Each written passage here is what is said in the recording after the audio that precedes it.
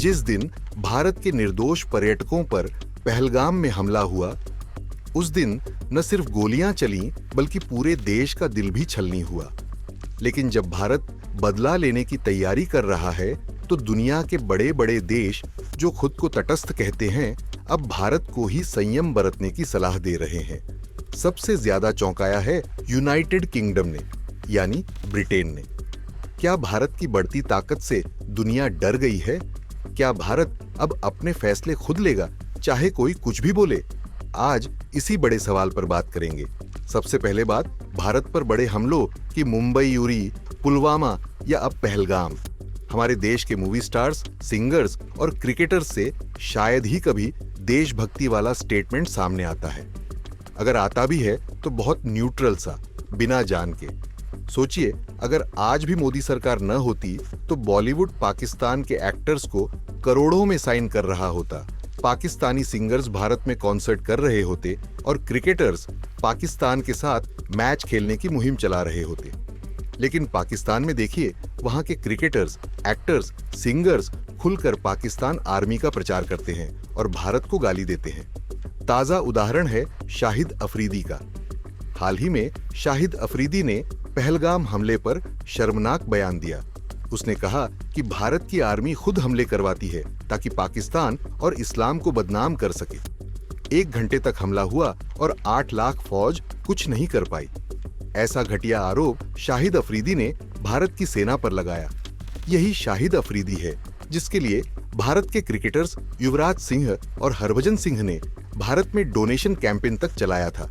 आज वही भारत को बदनाम कर रहा है। अब सवाल ये है कि क्या अब भी बॉलीवुड और क्रिकेट जगत को पाकिस्तान से पीपल टू पीपल कनेक्शन बनाने का सपना देखना चाहिए? अब आते हैं असली मुद्दे पर, यूनाइटेड किंगडम यानी ब्रिटेन। ब्रिटेन के नए विदेश मंत्री डेविड लेमी ने भारत के विदेश मंत्री एस जयशंकर से फोन पर बात की और कहा कि भारत और पाकिस्तान दोनों तनाव कम करें, डी एस्केलेशन करें। यानी ब्रिटेन भारत से कह रहा है कि बदला मत लो। वही ब्रिटेन जो 1971 में भी पाकिस्तान के पक्ष में खड़ा था, लेकिन जयशंकर ने बहुत साफ शब्दों में जवाब दिया कि भारत की जीरो टॉलरेंस पॉलिसी है, आतंकवादियों पर कोई दया नहीं होगी। यानी भारत ने इशारों में ही सही ब्रिटेन को कह दिया कि बदला लेना तय है।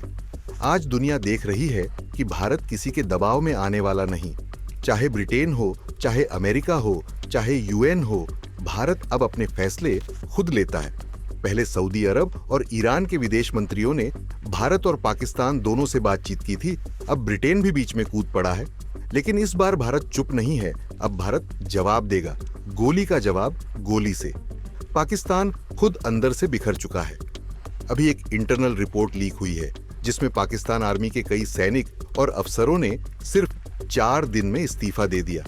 आर्मी का मोरल डाउन है, डर का माहौल है, क्योंकि सबको पता है भारत कारगिल स्टाइल का बड़ा एक्शन कर सकता है। और सबसे बड़ी बात कि भारत अब बलूचिस्तान के मुद्दे को अंतरराष्ट्रीय मंचों पर उठाने की तैयारी कर रहा है।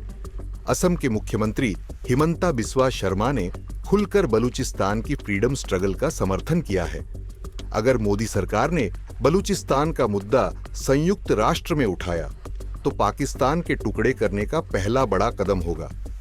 कुल मिलाकर पहली बार दुनिया देख रही है कि भारत ना सिर्फ सह रहा है बल्कि माकूल जवाब भी देगा। ब्रिटेन जैसे देश भारत से संयम की अपील कर रहे हैं क्योंकि उन्हें डर है कि अगर भारत पलटवार करता है तो पूरा समीकरण बदल जाएगा। लेकिन भारत अब नया भारत है। यहाँ आतंकवादियों के साथ और उन्हें पालने वालों के साथ भी जीरो टॉलरेंस है।